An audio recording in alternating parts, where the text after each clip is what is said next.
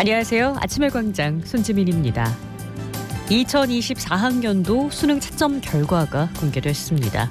킬러 문제가 없어진 이번 수능은 예상과 달리 역대급 불수능이었고 내년도 걱정이라면서 사교육 시장은 들썩이고 있습니다. 여러 소비를 줄이면서도 사교육비 지출이 늘어나는 이유는 무엇인지 오늘 MG 티키타카에서 이야기 나눠봅니다.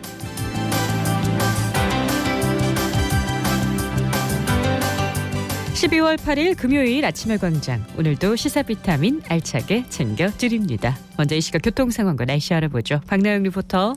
네, 먼저 고속도로입니다. 중부 내륙지선 양방향 성서 나들목 부근에서 서행하는 흐름 보이고 있고 대구 포항고속도로 양방향으로 팔공산 나들목에서 천천히 지나고 있습니다. 이어서 시내도로입니다. 칠곡 중앙대로 태전내거리에서 팔달교 방향 차량 조금씩 밀리고 있고 대학로 복현호 거리에서 경북대학교 서문 3거리 방향 신호 2번 받고 지나고 있습니다. 호국로 무태내거리에서 삼격대교 방향 신호 주기에 따라 밀림과 풀림 반복되고 있습니다. 마지막으로 날씨입니다. 오늘 대구와 경북 지역 기온이 크게 올라 포근한 날씨 이어지겠습니다. 일교차도 15도에서 20도까지 크게 벌어지겠는데요. 건강관리에 각별히 유의하시기 바랍니다. 오늘 낮 최고 기온은 14도에서 21도입니다. 현재 대구의 기온은 1.6도, 습도는 70%입니다. 지금까지 박나영이었습니다.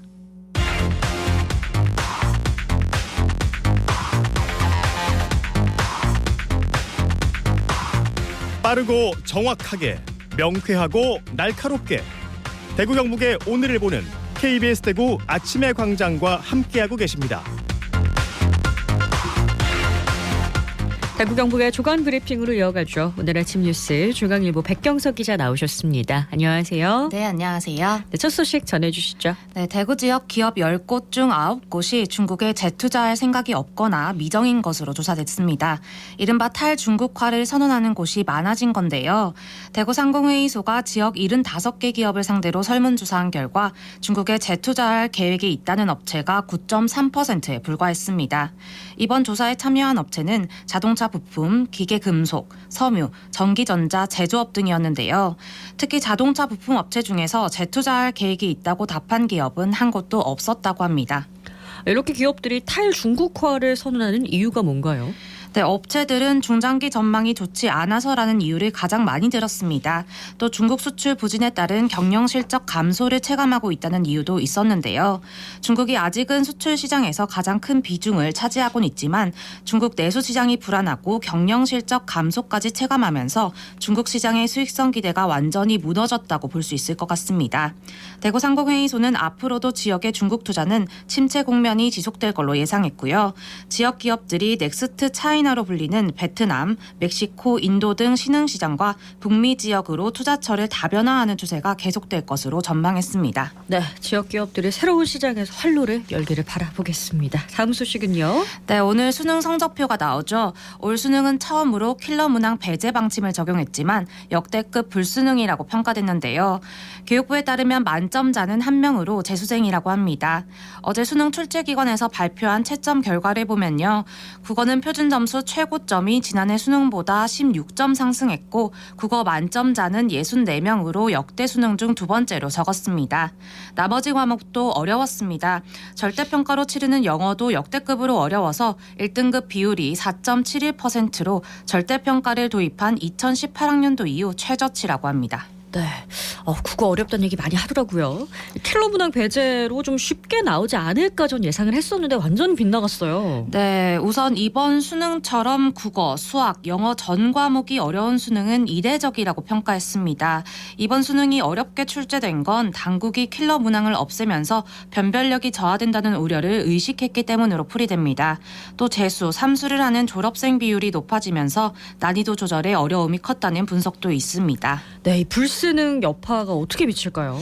수능이 어려웠던 이유도 있고 또 의과대학이 2025학년도부터 정원을 늘릴 것으로 예상되는 상황에서 대구 지역에도 재수학원을 찾는 학생들이 예년보다 증가하고 있다고 하는데요.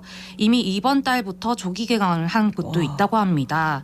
특히 올해 수능에서 N수생이 17만 명을 넘어서면서 1996학년도 이후 최고를 기록한 상황인데 내년도 수능에선 더 많아질 것으로 예상됩니다.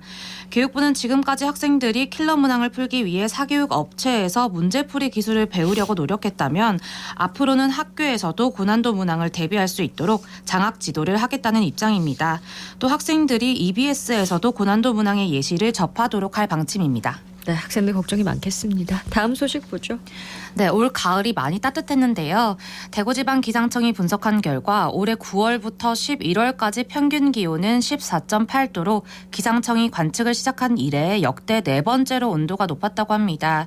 특히 초가을인 9월만 보면 평균 기온이 22.2도로 역대 1위를 차지했는데요. 평년보다도 2.1도나 높았다고 합니다. 전국적으로 봐도 올 가을이 기상 관측 이래 세 번째로 더웠다고 합니다. 또 대구 경북 지역의 가을 강수량은 평년과 비슷했다고 보면 될 것 같고요. 첫눈 관측 시기는 평년보다 빨랐다고 합니다. 네, 초가을 평균 기온이 이렇게 높았던 이유는요? 네, 올해 9월 초에 한반도 동서방향으로 고기압이 넓게 발달했고 강한 햇볕이 더해진 결과로 풀이된다고 합니다. 특히 9월 중순부터는 따뜻한 남서풍이 불어 기온이 매우 높았다고 합니다. 9월달이 따뜻했던 만큼 늦가을에는 갑자기 추워졌다고 느낀 분들이 많을 텐데요. 실제 11월의 기온 변동폭이 5.5도로 1979년 다음으로 컸다고 합니다. 날별로 따지면 11월 5일 일평균 기온이 18.3도로 가장 높았고요. 11월 30일이 영하 1.3도로 가장 낮았는데 이 기온차가 19.6도로 역대 가장 컸다고 합니다. 기상청은 올 겨울엔 엘니뇨의 영향으로 이상고온, 폭설 등 이상기후에 대비해야 한다고 덧붙였습니다. 네, 오늘 아침 뉴스 중앙일보 백경석 기자와 함께했습니다. 감사합니다. 감사합니다. 저는 대구광역시 중구청의 환경과에 지금 현재는 불법 쓰레기 투기 단속 반장하고 있는 최정모라고 합니다. 단속 반장 하다 보니까 일단은 불법 쓰레기 관련해서 하고 이제 주민들 각종 민원들 같이 민원 처리하고 하는데 전반적으로 중구 관내에 일어나는 쓰레기 관련해서는 일을 다 지금 포함돼서 하고 있어요. 일단은. 가장 기본적인 것들 중에 하나가 우리가 종량제 봉투를 쓴 지가 오래됐는데 그럼 정상적으로 배출하셨기 때문에 수거도 잘 돼요. 그래서 탕후루 같은 경우도 요즘 한참 유행하다 보니까 탕후루 꽂이가 정말 많은데 꽂이 앞에 찔림 사고도 많이 나거든요. 시민들이 좀 신경 써서 버려주시거나 제대로 배출해 주시거나 바라는 거죠. 실제로 김장 쓰레기가 많이 나와요. 근데 많이 나오는데 종량제에 무게 제한이 있어요. 그 무게 제한보다 훨씬 많이 배출해 버리시는 거죠. 예를 들어서 75kg가 나오는 게 아니고 느낌상은 거의 100kg 혼자서 못 들어요. 둘이서도 거의 못 들 정도 그래 배출하신 경우도 있었거든요. 실제로도 나누어 담든지 그래 주시면 좋은데 또 그런 게 없다 보니까 들다가 허리 좀 삔다든지 이런 경우도 있었거든요. 실제로 저는 사탕을 하나 준 적이 있어요. 그냥 아무것도 아닌 거지만 이제 그냥 기분이 좀 묘하더라고요. 그냥 그랬어. 이제 고맙네, 귀엽네 이런 생각도 들고 기억들이 좀 있죠. 하여튼 고생한다, 수고한다 이런 말씀해 주시는 분들이 계시거든요. 그럴 때는 참 좋죠. 전체적으로 시민의식이 좀 많이 나아져서 중국 왔는데 아니면 대한민국 왔는데 정말 깨끗한 거리구나. 어떻게 다 잘 배출하지? 잘 수거하지? 이런 느낌 받을 수 있는 좀 깨끗한 나라가 되었으면 하는 그런 생각을 하게 되죠, 저는.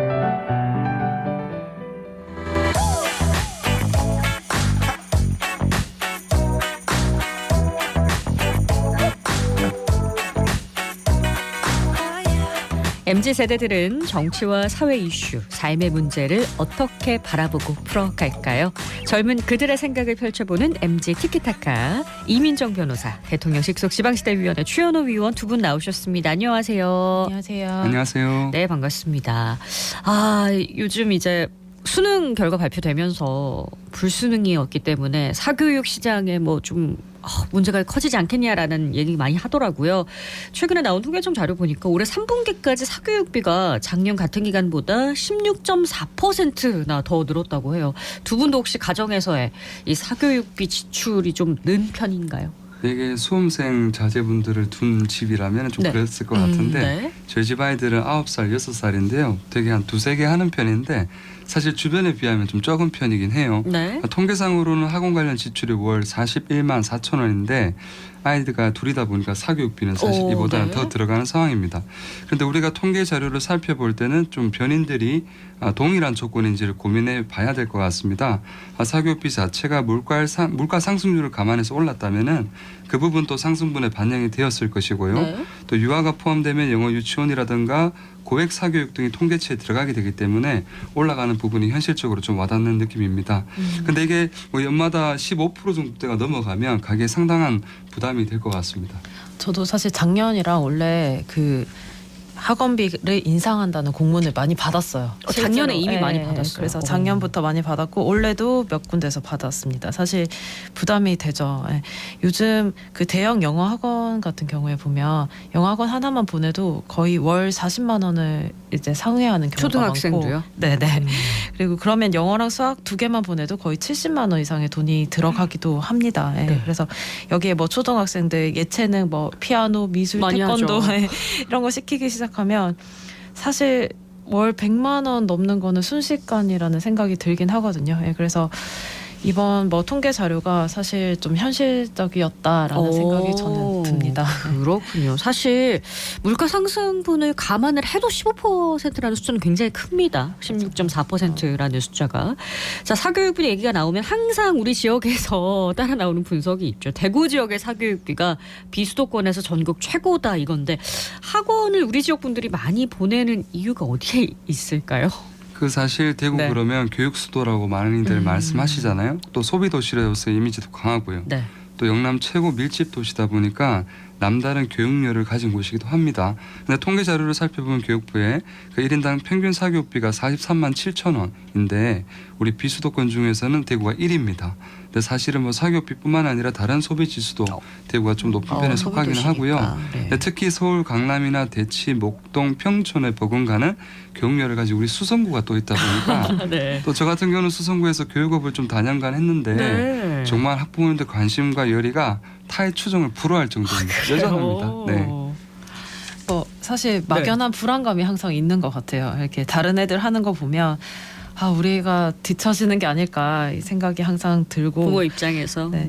네. 사실 이게 뭐 저 같은 경우에는 학원을 보내는 게 반드시 교육보다는 약간 보육 수단으로도 쓰고 있는 것도 사실이거든요. 네. 그러니까 맞벌이다 보니까 학원 뺑뺑이를 좀 돌려야 돼서 이게 셔틀을 이용해서 아이가 여기저기로 이동을 하고 그리고 원하는 시간만큼 또 학원에서 좀 봐주시기도 하고 네. 그러니까 만약에 학원을 안 보내면 그 시간에 다른 아이를 봐주는 사람을 써야 되는데 어차피 인건비가 나갈 것 네. 같으면 학원에서 좀 더 유익하게 뭔가 시간을, 배우면서 보내길 바라는 그런 마음도 있는 것 네, 같습니다. 그러니까 교육과 보육을 좀 학원에 기대고 있다 이렇게 봐야 될 것 같은데 두 분처럼 이제는 부모가 된 MZ 세대들 저희 다 포함되는 건데 우리도 예전에 사교육 꽤 많이 받았던 걸로 제가 기억이 나는데 과거랑 비교했을 때 다른 점이 있다면요? 요즘 네. 저는 보내보면 애들이 선행학습을 엄청나게 우리 때보다 더 많이 하는 것 같아요. 네. 그러니까 일찍 시작하지 않으니까 다른 학원에 아예 들어가지를 못하더라고요. 네. 그래서 최근에 교육 격차 관련된 다큐멘터리가 나와서 저 네. 그거를 좀 되게 빠져서 많이 봤었는데 네. 좀 슬픈 마음이 많이 들었어요.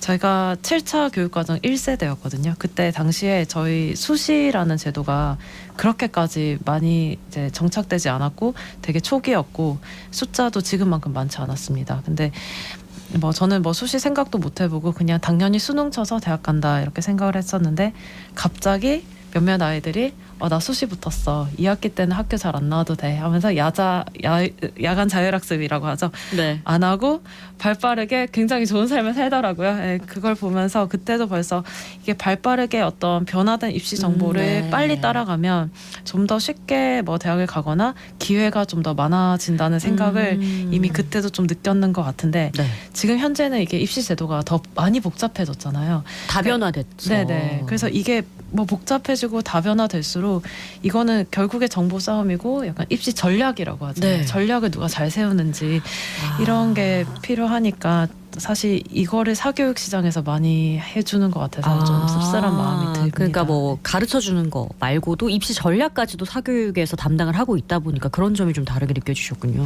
그래도 막 변호사님께서 말씀하셔가지고 저도 입시의 추억이 떠오르는데 저도 기숙사 학교를 다녔는데 제 침대 위에 쓰는 친구가 수시 1회 붙어가지고 1학기 때 학교 결정 나버린 거예요. 그래서 그 친구는 맨날 집에 가고 저는 혼자 한 6개월을 더 열심히 공부했던 기억이 납니다. 그런데 이러한 사교육 정말 저도 많이 받은 세대인데 사실 청소년기에만 사교육이 끝나는 것이 아니라 네. 요즘은 또 대학생들이 취업이 또 혹한기다 보니까 취업 사교육도 상당히 많아지고 있어요. 네. 그래서 이런 부분들을 살펴보면 사교육 부담이 뭐 청소년기나 유년기만 끝나서 부담이 없는 것이 아니라 부모님의 노후까지도 부담될 정도로 청년들의 사교육도 심각하다 이렇게 말씀을 좀 드리고 싶습니다. 그렇군요. 청년 시장, 청년들의 사교육 시장까지는 또 생각을 못했어요. 근데 이제 과거에도 현재도 모든 학생과 청소년들, 청년들이 사교육을 받는 건 아니고 수준도 차이가 크다 보니까 기울어진 운동장 같은 격차가 가져올 결과를 우리 사회가 다 같이 우려를 하고 있는 거죠. 그렇죠. 그 사교육은 결국에 부모님이 해주시지 않으면 할 수 없는 거잖아요. 네. 그러니까 이게 지금 뭐 입시나 뭐 사교육이나 이런 게 그 아이가 스스로 할 수 있는 거는 절대 없는 분야고 이건 무조건 이제 부모 찬스인 거예요. 네. 그리고 입시 제도가 뭐 복잡해져서 지금 예전에는 사실 그래도 고등학교 3학년 뭐 교사 선생님이나 학교에서도 입시 컨설팅을 어느 정도 네네. 해줬다고 하면 지금 현재는 이 교사들이 이 전문 입시 컨설팅을 하기에는 너무 복잡하고 할 수 없다는 거. 없다라고 다들 토론을 얘기를 많이 하시고, 하시는군요. 그래서 결국에는 이게 이제 사교육비가 뭐 뒷받침이 되는 어떤 사람과 아닌 사람의 이 출발하는 격차가 굉장히 커진 상황이라고 봅니다. 그래서 네, 그러다 보니까 이게 소득 격차가 사교육 격차까지 이어지다 보니까 네. 아예 청년들이 애초에 내가 아이를 낳아서 좋은 교육을 해줄 수 없다는 생각이 들기 때문에 부동산 그러니까 주택 마련 문제만큼이나 육아 보육 교육 문제까지 고민이 되니까 아예 애초에 결혼과 또 출산 저출산까지 이어지는 그런 악순환이 되는 것 같고요. 그리고 학령 인구는 감소해도 또 한편으로는 네. 영어 유치원은 또 늘고 있다고 합니다. 정말 이 소득 격차가 교육 격차로 이어지는 이 현상은 날이 갈수록 심해지고 있는 것 같습니다. 그러니까 사교육비 지출이 부담이 돼서 저출생이 이어지고 아이를 많이 낳더라도 하나만 낳아서 영어 유치원으로 보내자 이런 경향성이 있는 거네요. 진짜 이게 공교육에 대한 신뢰가 무너지고 있다고 해도 과언이 아닌 것 같은데 자 MZ 세대들은 개성과 다양성을 인정하고 존중하는 특성이 있습니다. 그걸 우리 사회가 반영을 했기 때문에 입시 제도도 다변화된 거잖아요, 사실. 근데 좋은 대학이나 성공 공식 이런 데 대해서도 좀 생각이 훨씬 더 다양하지 않을까 싶은데 어떤가요? 네, 저는 사실 개인적으로 창업을 해서 이렇게 네. 사회생활을 시작했다 보니까 지금은 대학만이 그리 중요한 시기라는 생각은 들지 않아요. 솔직히 좋은 대학을 나와서 그 미취업 장기 비구직 리트 상황에 있는 청년들이 상당히 많고요. 무턱대고 좋은 대학에 보내겠다는 것이 중요한 게 아니라 네. 자녀들이 좋아하고 정말 잘하는 분야에 몰입을 해서 자신만의 성과를 내고 차별화를 만들어내는 것이 중요한 시대라고 생각이 들거든요. 네. 그러려고 하면 무엇보다 부모님들이 좀 철학이 있어야 된다는 생각이 들고 주변에 따라서 불안해하지 않는 그런 기조도 있어야 된다 이런 말씀 좀 드리고 싶습니다. 저도 내년에 아이가 이제 초등학교 고학년이 드디어 되는데 처음에 제가 초등학교 가서도 계속 아이가 뭐 아직 어리니까 수학학원 보낼 필요 있냐 안 보내고 있으니까 주변에서 저한테 그러는 거예요. 너 스스로 엄청난 무슨 특정한 가치관을 가진 게 아니라면 최소한 남들 하는 거는 시켜라. 왜 안 하냐. 이렇게 뭐 얘기도 하더라고요. 네. 근데 사실 뭐 농담 반 진담 반으로 생각을 하면 이제 인구도 줄고 아이들도 주니까 경쟁자도 사실 어떻게 보면 주는 거고 네. 어떤 뭐 최상위권 대학을 가지만 않는다면 대부분 대학은 갈 것 같고 그렇다면 좀 어린 시절에 아이들이 스트레스를 안 받고 좀 편하게 이렇게 크게 하고 싶다 이런 생각도 좀 들긴 하거든요. 근데 부모니까 이게 네. 개인적으로 아이가 행복하게 자라기도 하지만 결국에 본인에게 알맞은 직업을 찾아서 부모로부터 완전히 독립을 잘 이루었으면 좋겠는데 그게 내가 뭔가 덜해서 아이의 그릇을 오히려 채워주지 못하고 네. 그 조금 부모 역할을 덜 하고 있지 않나 이런 부담이 사실 좀 되는 것도 사실인 것 같습니다. 부모로서의 고민이 상당히 많죠. 또 지금 잘 못 키워가지고 노년에까지 내가 그 취업시장 사교육까지 시켜야 된다고 생각하면 정말 아찔하잖아요, 사실. 네, 사교육 시장 얘기 다시 조금 해볼게요. 정부가 수능 킬러 문항 없앤 것도 이 사교육비 줄이겠다는 거였는데 이번에 빗나가긴 했습니다. 사교육비 줄이는 대책을 좀 얘기해볼까요? 그 사실 사교육은 비단 어제 오늘의 문제만이 아니라 네. 역사 속에 늘 존재했던 부분이니까요. 하지만 이것이 소득의 격차, 지역의 격차로 이어져 가지고 또 사회적 진입의 격차까지 이어진다면 안 되니까 네. 또 공교육이 더 촘촘하고 세세하게 사교육이 제공할 수 있는 그런 효율성과 또 그런 단계적 프로세스를 잘 같이 제공할 수 있도록 네. 그렇게 좀 개혁도 되고 좀 잘 이루어졌으면 좋겠다는 바람입니다. 저도 이게 입시 제도가 복잡화되고 다면화되면서 네. 사교육 시장이 사실 더 부채질을 하는 것 같아요. 이게 뭐 개인의 특성도 중요하겠지만 사실 너무 뻔한 얘기일 수 있지만 결국에는 공교육을 신뢰하고 공교육 테두리 안에서 모든 입시가 가능한 상황이 돼야 되고요. 네. 공교육이 이런 입시 컨설팅까지 갖추어서 맞춤식 교육을 제공하지 않는 한 사교육은 계속해서 늘어날 것 같다라는 생각이 듭니다. 사실 뭐 교육은 참 너무 어려운 문제고요. 네. 영어를 절대평가한다고 하니까 수학이 난리가 나고 또 심화 수학 이번에 뭐 없앤다고 하니까 논술학원이 또 호황을 맞기도 네. 하고요. 예. 어떻게든 이 경쟁에서 더 우위를 점하려는 이 사회적 문제에서 사교육 문제도 좀 대책을 찾아가야 될 것 같습니다. 그렇습니다. 교육이 어렵지만 그만큼 중요하다는 얘기니까요. 저희 사회가 모두가 다 함께 노력해야 되겠습니다. 자, 오늘 MG 티키타카 이민정 변호사, 대통령 직속 지방시대위원회 추현호 의원과 함께했습니다. 두 분 고맙습니다. 네, 감사합니다. 고맙습니다.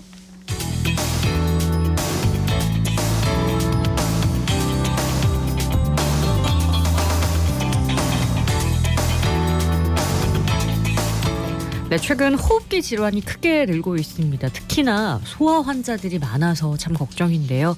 유행하는 독감과 예방 접종에 관한 정보 배아연 리포터가 소개합니다. 어서 오세요. 네, 안녕하세요.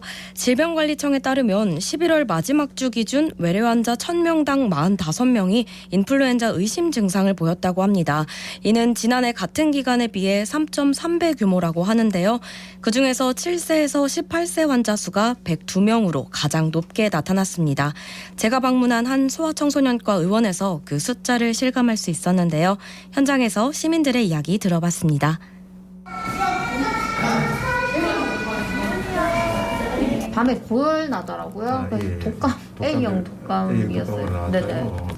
그게 이제 보통 이제 그 독감 같은 면 대부분 다 이제 그 열 나는 것들이 뭐 급하게 나고 두통도 급하게 나오는 것들인데 그 당시에 왔을 때. 네, 봉독동에 살고 있습니다. 침이 심해서요. 열은 안 나서 독감은 아닌 것 같아요. 아기가 어리다 보니까 이제 혹시 독감이 걸리면 또 밤에 또 열 날 수 있고 해서 걱정이죠. 요즘에 소아과가 또 잘 없으니까. 그러니까 일반 개인병원 소아과는 많은데요. 야간이나 공휴일이나 일요일날 이런 문을 여는 소아과가 요즘은 좀 많이 줄어들어서 걱정이죠. 진료를 보려고 하면 새벽에 가서 번호표를 뽑아서 대기를 하고 있다가 접수 시간 되면 가서 접수를 하고 다시 대기를 해서 진료 시간을 보고 이렇게 해야 되니까 하루에 몇 번을 왔다 갔다 하면서 있어야 돼요.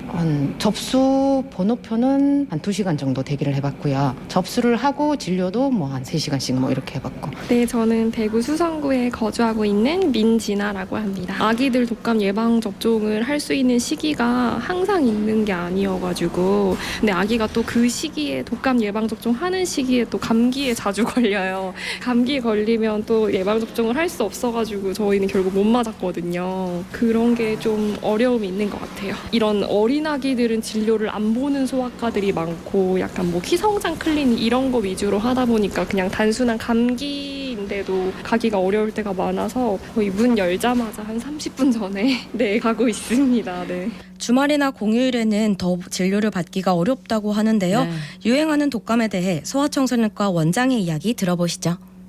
소아청소년과의 김준식 원장입니다. 독감 환자가 다시 좀 늘어나는 추세에 있어서 걱정이 많이 됩니다. 옛날에는 한번 시즌이 따로 있었거든요. 같이 해서 대부분 한 3월까지 있다가 그다음에 없어지고 이렇게 하는 것들인데 올해는 계속해서 쭉 연결되긴 되는데 요 근래 와서 훨씬 더 많이 늘어나는 것 같아갖고 환자들이 많이 오고 있죠. 갑작스러운 그런 열이 나는 경우가 상당히 많고 그다음에 이제 콧물 나고 기침 나고 하는 것들인데 조금 특징적인 건 뭔가 하면 이게 이제 갑자기 근육통 같은 거 이런 거 같이 그렇게 온몸이 아프다고 쑤신다고 얘기하죠. 그렇게 오는 경우가 많고 애들인 경우에는 뭔가 좀 두통도 같이 있으면서 안 그러면 토하거나 설사하거나 이게 같이 동반되는 경우가 많이 있습니다. 그 바이러스 감염은 원칙적으로는 그게 항생제가 필요가 없죠. 없고, 예, 독감 같은 경우에서는 따로 이제 거기에 그 바이러스에 듣는 그런 약제가 따로 있는데 그게 타미플루라는 먹는 약도 있고 또 주사제로 쓰는 그런 약도 있기 때문에 그게 반드시 필요한 그런 약들이 되어지는 것들이고 그냥 독감이라든가 보통 있는 아데노바이러스 이런 경우에서는 항생제를 쓰는 게 아닌데 또 항생제를 쓰면 이제 이게 예방할 수 있다 이런 생각을 하고 계시는 것들인데 사실 그렇지는 않습니다.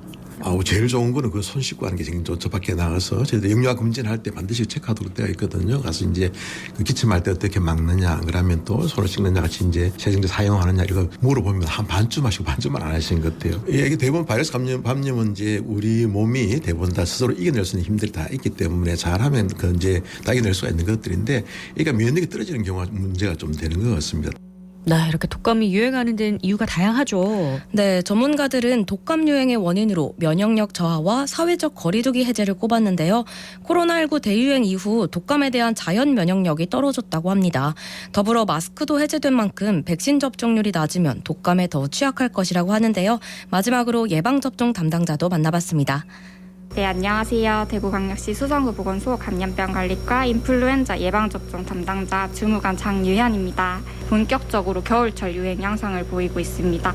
저희 독감 수성구 관내 기준으로 봤을 때 이제 13세 이하 어린이는 매년 평균 70% 정도, 이제 65세 이상 어르신은 매년 평균 80% 정도 접종률을 유지하고 있습니다. 임신부 같은 경우에는 50% 정도 접종률을 보이고 있습니다. 저희 같은 경우에는 이제 보건소에서 독감 예방접종 진행하지는 않고 위탁 의료기관 통해서 이제 무료 접종 대상자분들께서 접종 받으실 수 있도록 지원해드리고 있는데요. 겨울철 유행하는 호흡기 감염병 예방을 위해서 이제 미리 예방접종 받아주시고 손 씻기를 항상 생활에 해주시면 좋을 것 같습니다. 우리 보건소에서도 지역 내 감염병 예방을 위해서 항상 최선을 다하겠습니다. 네, 배안 리포터 소식 잘 들었습니다. 고맙습니다. 네, 고맙습니다. 네, 오늘 대구와 경북 지역 한낮 기온이 많이 올라서 포근한데요. 대기가 많이 건조하다는 소식 드립니다. 대기 건조할 때 가장 위험한 게 화재인데요. 화재 나지 않도록 조심하셔야겠습니다. 다음 주 월요일과 화요일에는 비 소식이 있다고 하네요. 대비하시고요. 12월 8일 아침의 광장이 준비한 소식은 여기까지입니다. 오늘도 고맙습니다.